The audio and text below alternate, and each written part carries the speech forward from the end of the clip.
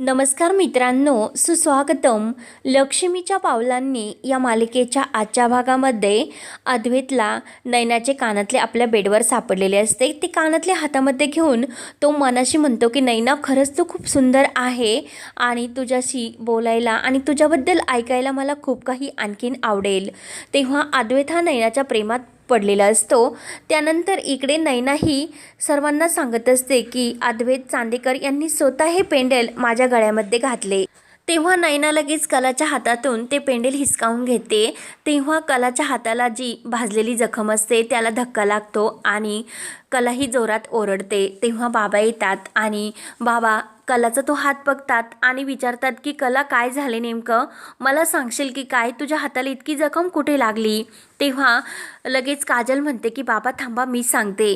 तेव्हा स्टेजवर घडलेला प्रकार काजल ही बाबांना सांगते. म्हणजे नैनाला जेव्हा नाचताना तो निखारा तिच्या पायाखाली आला होता तेव्हा कलाने मध्ये हात घालून नैनाला यातून वाचवलेले असते. तेव्हा काजल म्हणते की बघितलेस का, ताई तुला ढकलण्यासाठी नाही तर तुला त्या निखाऱ्यावरून वाचवण्यासाठी तेथे स्टेजवर आली होती.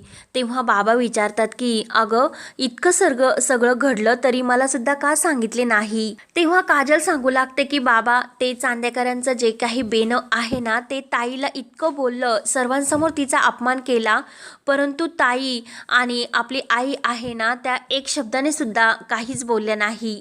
त्या दोघींनी आपल्या कलाताईला साधी ओळख सुद्धा दाखवली नाही. काजल म्हणते की त्यावेळी मला खूप असा राग आला होता आणि सर्वांसमोर खूप असा धिंगाणा सुद्धा घालूशी वाटत होता, परंतु मी शांत बसले कारण कलाताईंनी मला शांत बसवले. तेव्हा बाबा हे नैनावर चिडतात आणि तुमच्यासमोर कोणी कलाचा अपमान करत होते आणि तुम्ही शांत रीतीने हे सर्व बघत होतात का. तेव्हा दिनकर हा नैनाला आई कुठे आहे असे विचारत असतो. तेव्हा संगीता ही मागून आलेली असते. दिनकर लगेच रागाने संगीताजवळ येतो आणि संगे, तिकडे काय झाले हे मला व्यवस्थित सांग असे रागानेच बोलतो. दिनकर म्हणतो की कला एकटी जेव्हा घरी आली होती त्याच वेळी मला संशय आला होता आणि सांग ना, का बोलत नाही. संगीता मात्र शांतच असते आणि लगेच आतमध्ये निघून जाते. तर दिनकर म्हणत असतो की एरवी तर तुझ्या तोंडाचा पट्टा चालू असतो, मग आता काय झाले, आता का बोलत नाही, दे ना उत्तर, काय घडले. तेव्हा संगीता लगेच आतमधून कलाच्या जखमेवर लावण्यासाठी हळद घेऊन येते आणि कलाचा हात प्रेमाने हातामध्ये घेऊन, कला खरंच खूप दुखत असेल ना गं, म्हणून त्यावर हळदीचा लेप लावते आणि मला माफ कर, खरंच मी खूप अशी घाणेरडी तुझ्याबरोबर वागले. त्यावेळी कार्यक्रमामध्ये मी तुला साधी ओळखसुद्धा दाखवली नाही, म्हणून कला खरंच मला लाज वाटते असे संगीता रडतच म्हणत असते. संगीता म्हणते की कला, तुला माहिती आहे ना गं मी असे का वागले असेल. तुमच्या दोघांचे जेव्हा भांडण होत होते तेव्हा मी जर सांगितले असते की मी तुझी आई आहे म्हणून, तर माझी सर्व ही स्वप्न आहे ती धुळीस मिळाली असते आणि मी तुझा जो झालेला अपमान आहे तो शांतपणे ऐकून घेतला. म्हणून संगीता रडतच हात जोडून कलाची माफी मागू लागते. कला म्हणते की आई, हे काय करतेस तू, मला असे काही झालेले नाही. तेव्हा संगीता म्हणते की तुझी नेहमीची सवय आहे की स्वतःला जखम झाली ती लपवून ठेवायची आणि दुसऱ्याच्या जखमेला मलमपट्टी करायची. माझ्यासाठी माझे तिन्ही लेकरं माझ्यासाठी सारखीच आहे आणि तुला असे वाटत असेल की कला, मी सारखी नैना नैना करत असते. माझं जेवढं नैनीवर प्रेम आहे तितकंच प्रेम तुझ्यावर सुद्धा आहे. एखाद्या आईची पिल्लं ही वेगवेगळी असतात, परंतु त्या पिल्लावर असणारे आईचे प्रेम मात्र हे सारखेच असते. माझी नैनी माझं स्वप्न पूर्ण करणार, परंतु तू तर माझी ताकद आहे. तू कायम आमच्यासाठी काही ना काही करत असते. तुला पुढे शिकायचे होते आणि तुझ्या कलांना, शिक्षणाला तुला वाव द्यायचा होता, परंतु आमची परिस्थिती तिथे नडली आणि तुझ्या शिक्षणामध्ये परिस्थिती ही येऊन उभी राहिली. तरी सुद्धा तू हसत हसत तुझे शिक्षण आपल्या परिस्थितीमुळे सोडून दिले आणि इतके सर्व करताना तू स्वतः थोडी सुद्धा डगमगली नाही. तरी सुद्धा स्वतःच्या पायावर तू उभी राहिली. घरासाठी सर्व घराची जबाबदारी तू स्वतःवर घेतली आणि मला मुलगा नाही हे तू कधीच मला भासून दिले नाही. तेव्हा संगीता कलाच्या चेहऱ्यावरून प्रेमाने हात फिरवते आणि माझी मुलाची जी काही जागा आहे कला तू घेतली. तुझ्या या बहिणीमागे तू प्रेमाने ढाल बनून कायम उभी राहशील यावर माझा पूर्ण विश्वास आहे. परंतु एक गोष्ट ह्या आईची लक्षात ठेव, जितकं नैनीवर प्रेम आहे तितकं कला तुझ्यावर सुद्धा प्रेम आहे. माझी कला म्हणजे एक हिरा आहे, म्हणून प्रेमाने कलाचे डोळे ती पुसते तर कलासुद्धा आपल्या आईचे डोळे हे पुसते आणि प्रेमाने त्या दोघी एकमेकींना मिठीसुद्धा मारतात. तर नैना म्हणते की मम्मा, मी सुद्धा तुझी मुलगी आहे. मग जसे कलाताईला आत्ता तू बोलली प्रेमाने, तसेच मला सुद्धा प्रेमाने बोल आणि मिठीत घे. तेव्हा काजल पुन्हा नैनाचे सोंग आणते आणि नैना काजलमध्ये पुन्हा भांडण चालू होते. तर संगीता म्हणते की मांजरीसारखं भांडणं बंद करा आणि जरा कलाची थोडीशी अक्कल घ्या. आणि संगीता नैनाला म्हणते की आज जे काही तुला मिळालेलं नाही ना, ते कलामुळे तुला मिळाले, ही गोष्ट तू कायम लक्षात ठेव. तेव्हा नैना खुशून हो बोलते. तेव्हा नैना ही काजलला मिठी मारून म्हणते की मी तुझी मोठी बहीण जरी असले तरी तू माझी धाकटी बहीण असून सुद्धा मोठ्या बहिणीची जबाबदारी सांभाळते आणि मला कायम सांभाळून घेते. तेव्हा लगेच ती प्रेमाने खुश होऊन थँक्यू बोलते. हे सर्व ऐकून आणि आनंदाचे शेण बघून बाबासुद्धा खुश होतात. तर दिनकर म्हणतो की खरंच आज खरं आपलं घर हे खूप आनंदी दिसते. तर संगीता म्हणते की अहो, तो अद्वैत चांदेकर आहे ना, तो आपल्या नैनीच्या प्रेमात सुद्धा पडलाय. तेव्हा कलाला मात्र धक्का बसतो आणि कला लगेच संगीताला विचारते की आई, जी माणसं श्रीमंत असतात ती मनाने चांगली असतात, हे कशावरून? तेव्हा कला लगेच दिनकरला म्हणते की बाबा, मला नाही वाटत की तो अद्वैत चांदेकर आपल्या ताईची म्हणजे नैना ताईची काळजी घेईल म्हणून. तेव्हा संगीता म्हणते की अगं, त्यांनी तिची काळजी घेण्याची गरजच नाही. जेव्हा नैनी लग्न होऊन त्या श्रीमंत घरात जाईल तर समधी तिची काळजीच मिटेल. तर नैना सुद्धा खुश होऊन तेच म्हणत असते. तर काजलचे लक्ष हे नैनाच्या कानातल्याकडे जाते आणि ती म्हणते की सर्व काही ठीक आहे, पण तुझ्या कानातले कुठे आहे?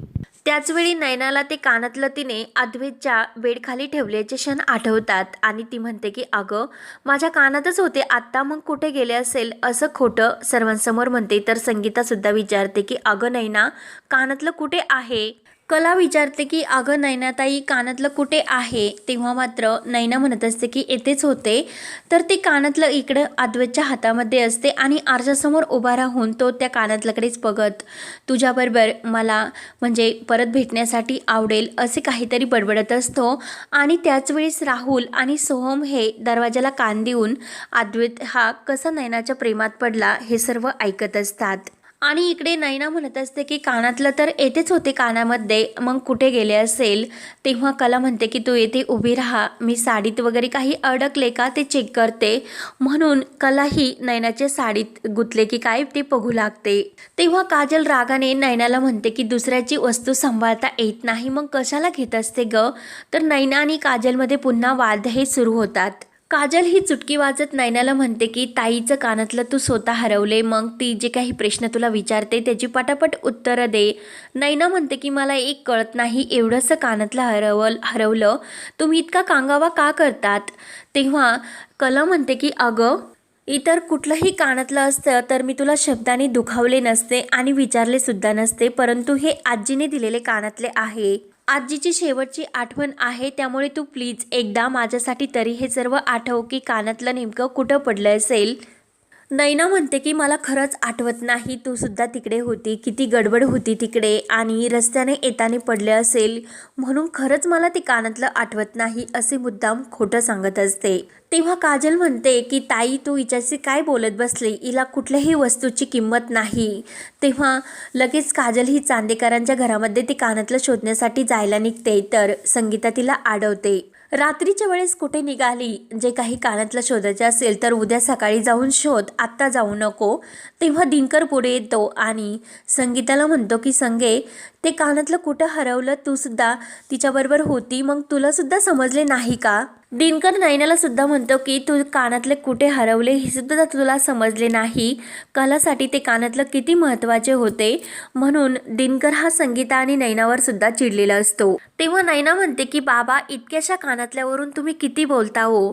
तेव्हा काजल म्हणते की नैना, चूक तू केली आहे कानातला हरवून, त्यामुळे बाबा जे काही बोलतात ते गपगुमाने ऐकून घ्यायचे. तेव्हा नैना ही रागाने काजलला शांत राहण्यासाठी सांगते. तेव्हा नैना ही काजल आणि सर्वांना सांगत असते की माझं लग्न लवकरच त्या चांदेकरांच्या घरात होईल असे मला वाटते आणि मी त्या घराची मालकीन. आणि कला, तू इतक्याशा कानातल्याला काय घेऊन बसली? जेव्हा लग्न होईल तेव्हा मी तुला गोल्ड म्हणजे हिऱ्याचे सर्व काही असे अनेक सेट देईल. तेव्हा कलाला तर धक्काच बसतो. त्यानंतर इकडे सोहम आणि राहुल आतमध्ये येतात. तर सोहम म्हणतो की दादा तू एकटा काय बडबडत होता, मी माझ्या कानांनी ऐकले. तेव्हा अद्वैत हा चककल्यासारखा होतो आणि मी काय बडबड करत होतो आणि कोणाशी बोलत नव्हतो असे तो हात पुढे करून म्हणतो. तेव्हा त्याच्या हातामध्ये ते कानातलं असते. तेव्हा सोहम आणि राहुल हे जायला निघतात. तर राहुल म्हणतो की अरे सोहम, तुला ती नैना डान्स कॉम्पिटिशनमधली आठवती का रे? असे वाटते की आपला दादा तिच्यामध्येच हरून गेला. तेव्हा अद्वैत म्हणतो की तुमच्या दोघांचे काय बोलणे चालले, तुम्हाला वेड वगैरे काही लागले की काय? तेव्हा राहुल म्हणतो की नाही, स्वीट ड्रीम्स, गुड नाईट. तेव्हा राहुल मुद्दाम अद्वैतची गंमत करण्यासाठी नैनाजी असे बोलतो. तेव्हा अद्वैतला वाटते की कुठे आहे नैना, म्हणून तो लगेच बाहेर शोधण्यासाठी येतो. तेव्हा राहुल आणि सोहम हे अद्वैतच्या हातातील ते कानातलं घेतात. तेव्हा सोहम म्हणतो की हे कानातलं चांदेकर या ज्वेलरी शॉपमधलं नाही दिसत. तेव्हा लगेच राहुल म्हणतो की ते जरी आपलं नसलं तरी आपलेपणा आहे ना त्यात. तेव्हा राहुल म्हणतो की अरे ते कानातलं तिचं आहे. तेव्हा अद्वैत म्हणतो की तुम्ही निघता की नाही, कारण उद्या सकाळी आपल्याला खूप कामं आहेत. म्हणून तो त्या दोघांना तेथून काढून देतो आणि त्या कानातल्याकडे बघून खूप खुश होतो. त्यानंतर इकडे कला ही नैनाला समजावते की ही श्रीमंत लोकांना आपली किंमत नसते, ते फक्त आपला वापर करून घेत असतात.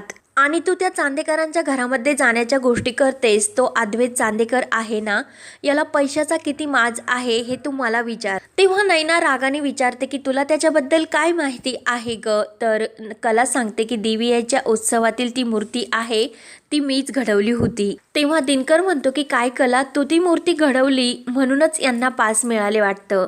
तेव्हा कला म्हणते की हो, मी ती मूर्ती घडवली म्हणून त्या मूर्तीची म्हणजे पूजा त्यावेळी घडली, परंतु ह्या अद्वैत चांदेकरला त्याची थोडीशी सुद्धा किंमत नाही. तेव्हा संगीता म्हणते की नाही कला, तुझा काहीतरी गैरसमज झाला, कारण अद्वैत चांदेकर हा एक नंबरचा हिरा आहे. तेव्हा कला म्हणते की मी तुम्हाला कसे सांगू की अद्वैत चांदेकर कसा आहे तो, आणि ती बाबांना समजवण्यासाठी त्या दोघींना लावते. तेव्हा दिनकर म्हणतो की संगीत, तुमचं जे काही चालू आहे ते आत्ताच्या आत्ता थांबवा. दिनकर संगीताला म्हणतो की तू चांदेकरांचे घर बघितले, मग ते आपल्या गरिबाशी का नातं जोडतील हे सुद्धा तुला समजत नाही का? आपण गरीब जरी असलो तरी आपण खरंच खूप सुखी आहोत. तेव्हा संगीता ही दिनकरवर चिडते आणि तुमच्याबरोबर आत्तापर्यंत गरिबीतच आयुष्य काढत आले आणि आपल्या बहिणीचं उदाहरण देऊन तिच्यासारखं माझ्या मुलीसुद्धा ह्या श्रीमंताच्या घरात जावे आणि नोकरं आणि सर्व काही त्यांच्या हाताखाली असावे अशीच माझी इच्छा आहे.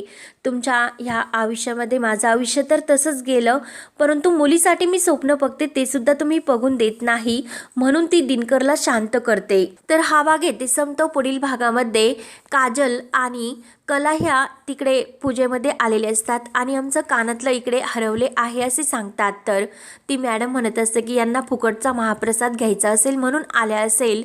तेव्हा काजल म्हणते की यांना फुकटचा महाप्रसाद काय असतो हे दाखवतेच. तेव्हा अद्वैत येतो आणि इकडे काय झाले असे विचारून त्याचे लक्ष कलाकडे जातं आणि लगेच तो कलाच्या हाताला धरून तिला बाहेर काढण्यासाठी म्हणजे घेऊन जात असतो. तेव्हा लगेच कला ही जोराने किंवा काजल ओरडते की नैना ताई. तेव्हा लगेच नैना नाव ऐकताच अद्वैत तेथेच थांबतो. तेव्हा आता पुढे काय होणार हे पाहण्यासाठी चॅनलला नक्की सबस्क्राईब करत राहा. धन्यवाद.